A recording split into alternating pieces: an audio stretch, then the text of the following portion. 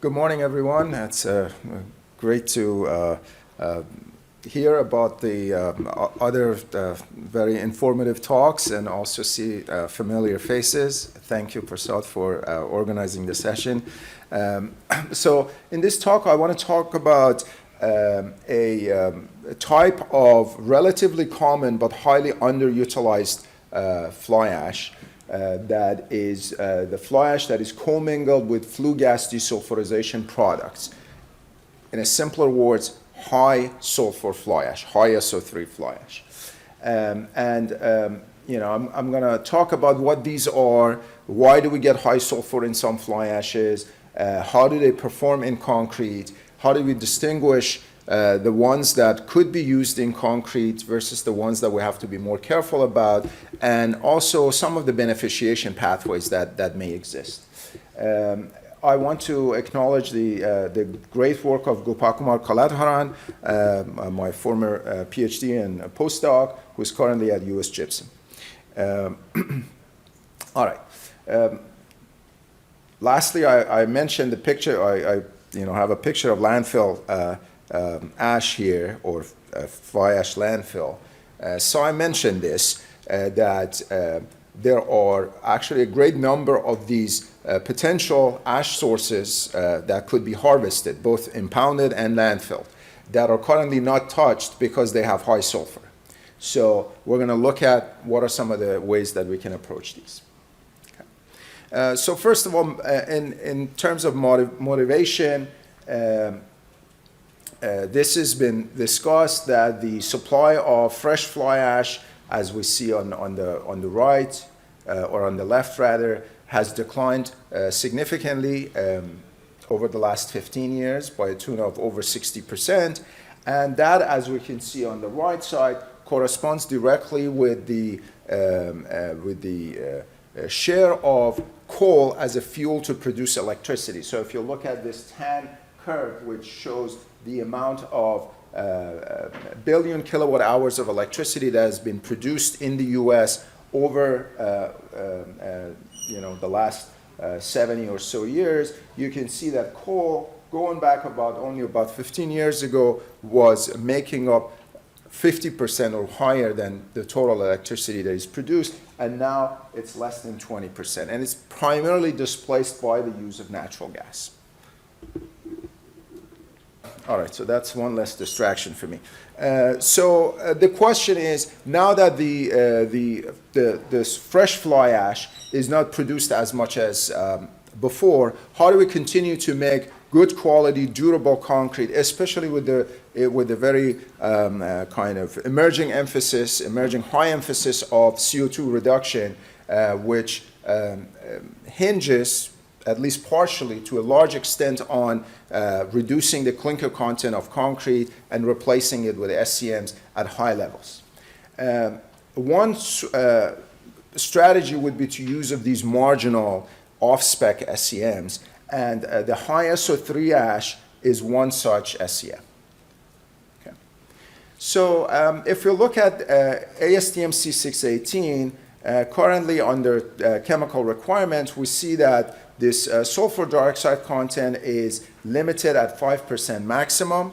There is, at least we haven't found any documented evidence of where the 5% comes from, or what's the justification, or what is the reason to cap the 5%. But the anecdotal evidence, essentially when you talk with knowledgeable people in the hallways of ACI, you will hear that, well, if you don't limit the SO3 content in fly ash, you will have volume instability problems because of ettringite formation. So we wanted to take a look at that and see if we actually, within this process, we learned that not all SO3 is created equal, meaning that not all high SO3 ashes are the same. So we wanted to look at whether this problem really exists. Is 5% the right limit? Or if not, what is the right limit? Okay. All right, so before we get there, let's take a step back and look at where does SO3 in fly ash comes from. As you can imagine, it comes from coal. Okay? So the coal can have sulfur in it. in the form of pyrite, in the form of gypsum, or an organic sulfur. And then when you take this coal and burn it in a boiler, in a power plant, that sulfur is oxidized in the form of SO2 or SO3 gas, which is then emitted in your flue gas. And because of the environmental issues, acid rain and otherwise that this will create, this has to be scrubbed out of the flue gas. So there are these flue gas desulfurization, or removal of SOx gases from the flue gas that exist. There are three primary pathways of doing that. There is a wet FGD process, which means that when your flue gas is coming here, after you take out the fly ash in these electrostatic precipitators, you have this flue gas that now has sulfur. You expose this to a lime slurry, calcium hydroxide slurry, which reacts with the SOXs and convert them into a calcium sulfite, CaSO3, again in the slurry form. And by doing so, you remove that, and then you have your clean flue gas, which is essentially is water and CO2, and much reduced SOx comes on the other end. There is also a so-called a dry FGD, which you take the same strategy. You make a lime slurry or a sodium carbonate slurry, and spray it into the flue gas. And by doing so, that moisture evaporates as a result of the heat in the flue gas, and at the same time you react the lime or calcium with the sulfur and produces CaSO3 or sodium sulfate. The challenge with this strategy is that now these are in a particle form and not in a solution form or not in a slurry form, and as such you have to take out these particles. So if you go with a dry FGD, your fly ash or your particulate removal has to be placed after your FGD. And as such, you're removing fly ash, which now contains these particles. So this is how you get this contamination of sulfur-bearing particles in your fly ash.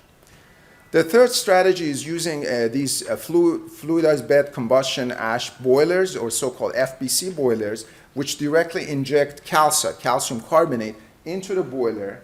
The calcite decomposes into CaO, and CaO would react with sulfur oxides, and because it's a highly oxidizing environment, high temperature, you produce this anhydride, CaSO4 particles, which are removed together with your fly ash particles. So you get a fly ash that has CaSO4 in it. In addition, in the fly ash, you may have some residue of the sorbent material for example, of calcite that you injected, or sodium carbonate, or sodium bicarbonate, or trona that you injected. So there could be overdose of these materials that still exist, afterwards in fly ash. All right. So in this research we tested 4 these so-called high SO3 fly ashes. And we also looked at a spec ash that we doped with various forms of SO3 up to 11%, so way above the 5% ASTM limit. The table shows the typical properties of the pozzolan that SCM, or rather ASTM C618 looks at. So you have the bulk chemistry, you have the LOI, the particle size or fineness, strain activity index, and water requirements. You have the ASTM limits. We have 2 types of ash that is called HSFA, or high sulfur fly ash. These are fly ashes that contain calcium sulfite, CaSO3, and I'll show you some more data on these. We have an FBC fly ash, which have calcium sulfate, and then we have a trona fly ash, which has sodium sulfate. And then we have a spec ash.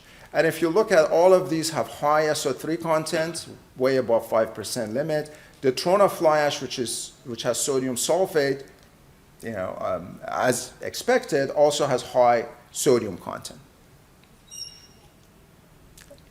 We also did the X-ray diffraction, or quantitative X-ray diffraction, on these 5 ashes to identify what phases are present. I'll show it to you in this pie chart form. So if we start with the FBC fly ash, we see anhydride, or calcium sulfate, that makes up about 13% of the mass of the ash. There is about 50% amorphous, and the remaining phases, there's quite a bit of quartz, and there are some clay phases, hematite, and so on, that make up the balance. If you look at this HSFA 1 and 2, these are the ones that have the minerals hanabakite, which is calcium sulfite, CaSO3, makes up 17 to almost 21%. There is still quite a bit of amorphous. And then we have some other phases, primarily inert phases that exist in these ashes. Finally, the trona fly ash. We were looking for sodium sulfate, which actually does exist, about 3%, but a larger source of sodium and sulfate is this mineral called berkite, which is a solid solution of sodium carbonate and sodium sulfate. So this is a fly ash which was contaminated with trona, and trona is sodium carbonate. So you see that there is some sodium carbonate that is left, and then sulfates that is kind of absorbed into that sodium carbonate. So that makes up about 11% of the ash, quite a bit of amorphous, and some other phases. All right, so now that we have an understanding of what these ashes are in terms of their composition, mineralogy, reactivity, and some kind of ASTM properties, we looked at performance of these ashes in paste and mortars, where 20% of the ordinary Portland cement was replaced with fly ash. We looked at setting time, workability or flow of mortar, volume stability, compressive strength, calorimetry, and pore fluid data, in addition to some more X-ray diffraction work. The graph that, or the table that we have here attempts to summarize all of these data in a qualitative way. So let me walk you through it. So on the column heading, we have different performance of paste and concrete. So we have the setting time, we have the pore fluid pH or alkalinity of pore solution, which has ASR significance. We have the mortar flow and flow retention, we have early strength, we have latest strength, and we have volume expansion or potential for volume, deleterious volume expansion. And then on the rows, we have different types of fly ashes. So the first three rows here are essentially FBC fly ashes. So that this row is the FBC fly ash that we tested as is. The top two rows are a spec fly ash, as kind of a good old meeting specification C618 fly ash, that were doped with calcium sulfate of given concentration. To essentially, we add calcium sulfate till something breaks, and then we'll figure out what happened or what broke or what was the impact. So if you look at and all of these, the table reports impacts versus a cement paste that have 20% of control fly ash with minimal SO3. So if you look around, essentially we see there is some retardation on setting, and I'll talk about that later. But other properties are largely unaffected, except this potential for volume expansion, which only becomes a problem when the SO3 is more than 11%. So kind of put this in contrast with the 5% SO3 limit of ASTM. So we see really at 5%, things are all fine. When you go above 11%, then yes, you may have volume expansion problems.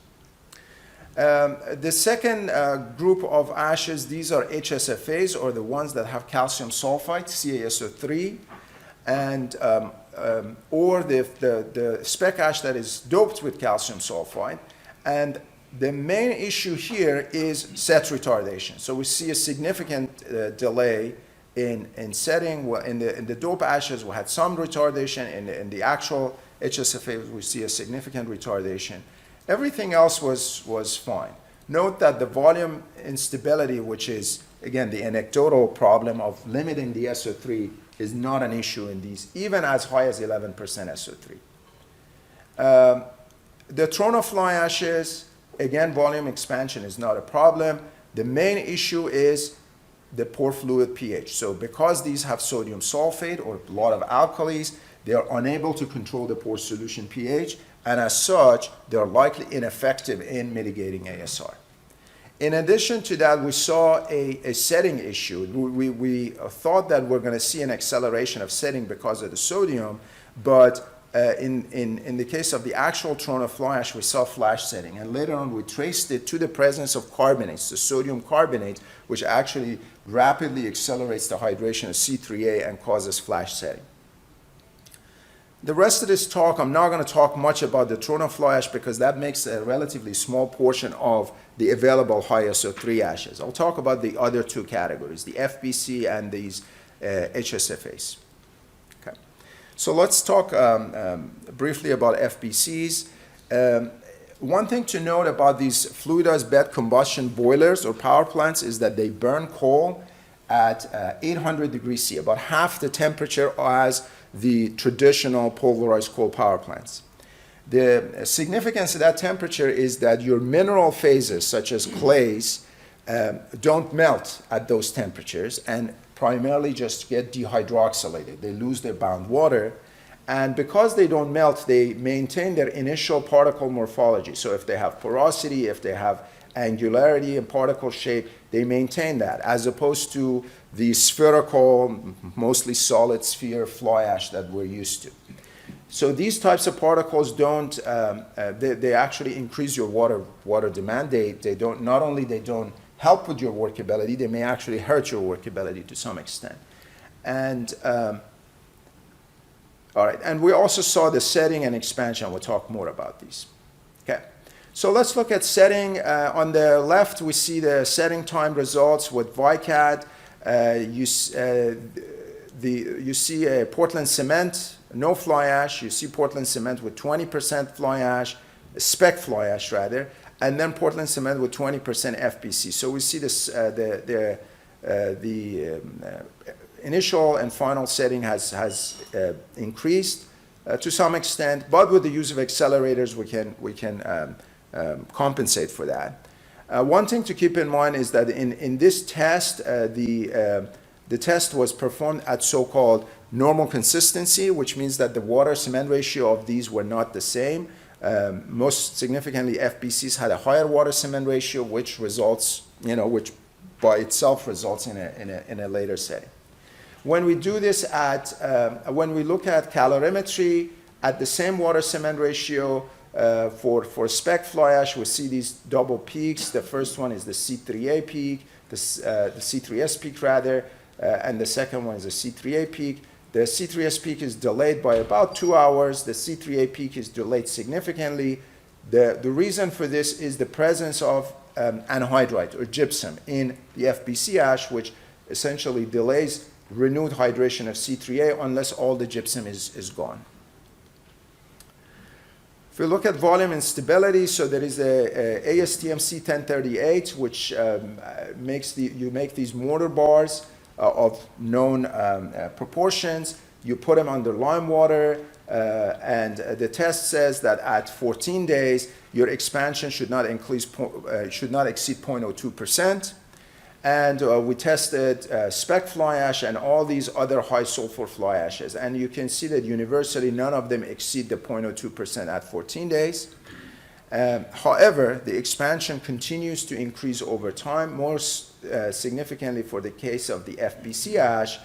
At about 190 days, you approach this 0.02% limit. So there is this question of whether this test, 1038, or the limit at 14 days is the right test to capture the risk of delayed ettringite formation. And that's a subject of our current work to kind of test the test and make sure that this is the right test to do that.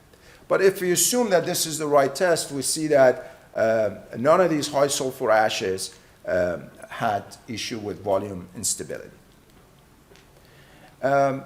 Then we look at some XRD data. So you look at the C3A consumption over time. That is, so the blue is the control fly ash. So these are pastes with 20% fly ash, either control or the FBC. You see that the C3A content is, or the C3A hydration is the same. However, in the control fly ash, it accelerates after about 8 hours, while the FBC kind of continues to react slowly. This corresponds with the amount of gypsum that is present in the control system. The gypsum is gone at 12 hours. In the FBC system, where you add a lot of calcium sulfate with your fly ash, or the calcium sulfate comes with the fly ash, the gypsum is persists till about 24 hours, which means that the C3A reaction is depressed at least till 24 hours. The other interesting thing is that if you look at the sulfate content of the pore solution, you see that even at 24 hours where the gypsum is gone, there's still quite a bit of sulfate in the pore solution. And that was initially a little bit puzzling to us, but later we'll learn there is good literature that shows that CSH can be a sink or source for sulfate. So when there is a lot of sulfate in the solution, CSH absorbs it, and then when the sulfate is depleted, it releases it back into the solution. So, even though you're out of solid gypsum over here, the presence of that SO4 could continue to allow ettringite to form. All right, very quickly, let's look at calcium sulfite, or CaSO3. Remember, setting delay is the main problem. Nothing else seems to be an issue. So we'll look at the setting delays. Portland cement is green. Portland cement with spec ash is blue. And then when we added these high calcium sulfite ashes, there is a significant delay in setting.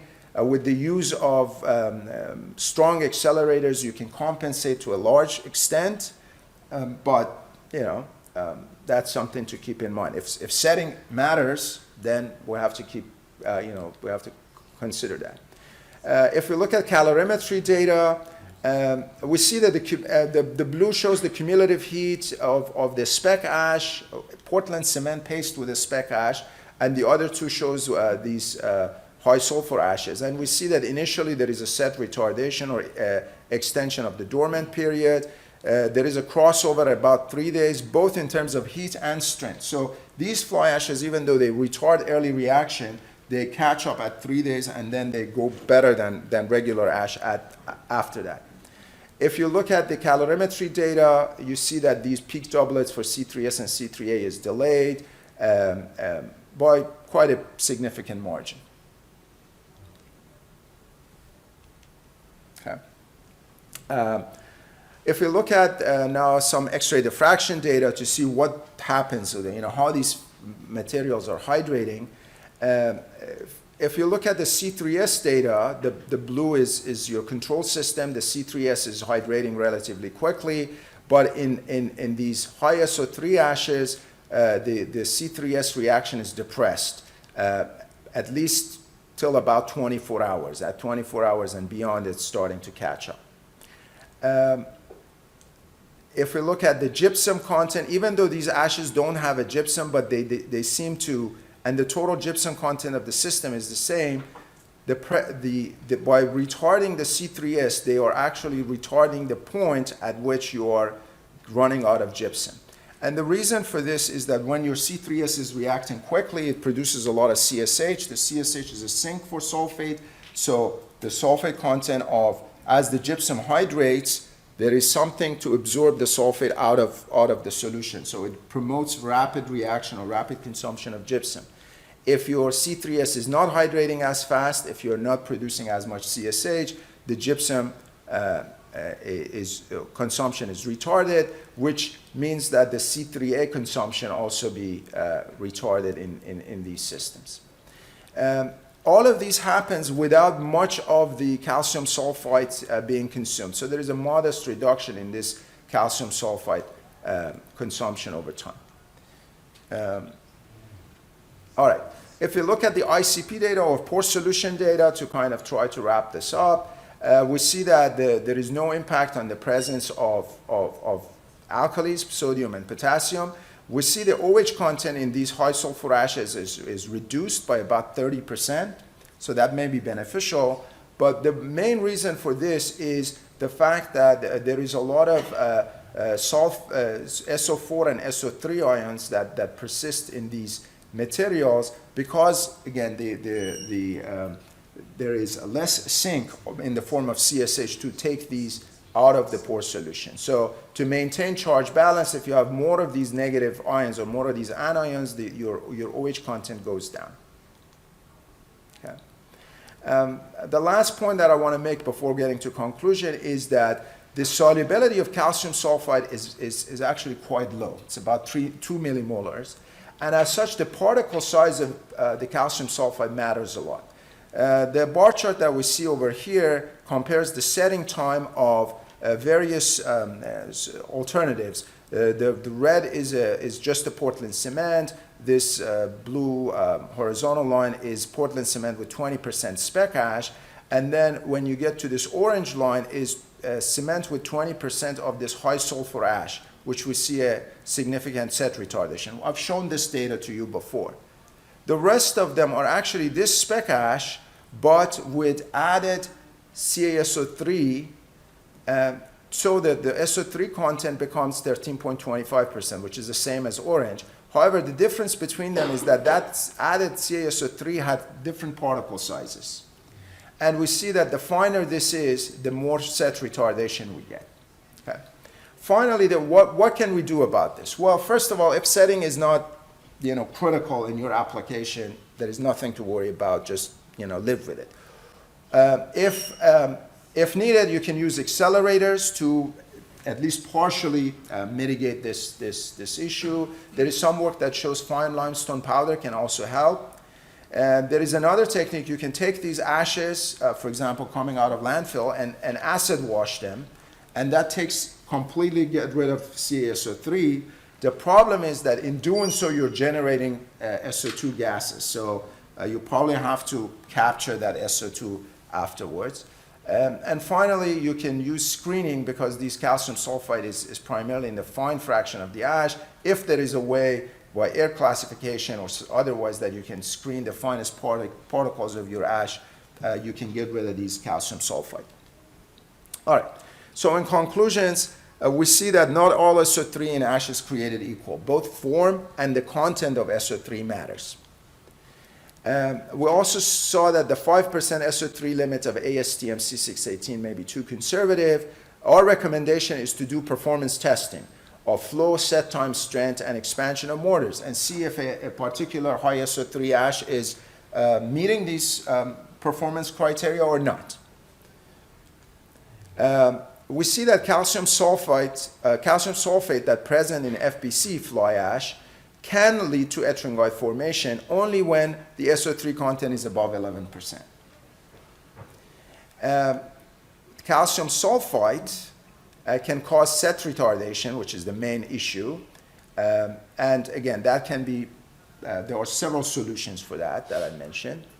And of course, there is more work needed to understand longer-term behavior of these because our focus was primarily on an early age hydration. Okay. With that, thank you very much. I appreciate any questions.